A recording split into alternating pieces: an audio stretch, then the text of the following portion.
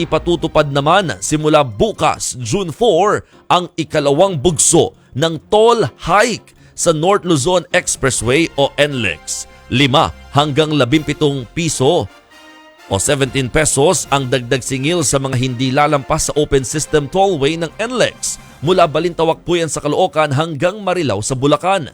Kung end-to-end naman ang biyahe o mula Balintawak hanggang Santa Ines sa Pampanga, aabot po sa 81 pesos ang itataas ng bayad. Exempted naman sa dagdag singil ang mga sasakyang may dalang agricultural products. Ibabalik bilang weekly rebate sa mga RFID account ng mga naturang sasakyan ang bayad sa toll. Tinitiyak naman ng pamunuan ng NLEX na may napupuntahan ng bayad sa toll. Katunayan, may 2 proyektong araw itong uumpisahan ngayong taon. Una, ang bahagi ng NLEX C5 link mula Mindanao Toll Plaza hanggang Quirino Highway sa Novaliches. Ikalawa naman, ang pagdadagdag ng lane sa magkabilang direksyon mula San Fernando hanggang Mabalacat, Pampanga.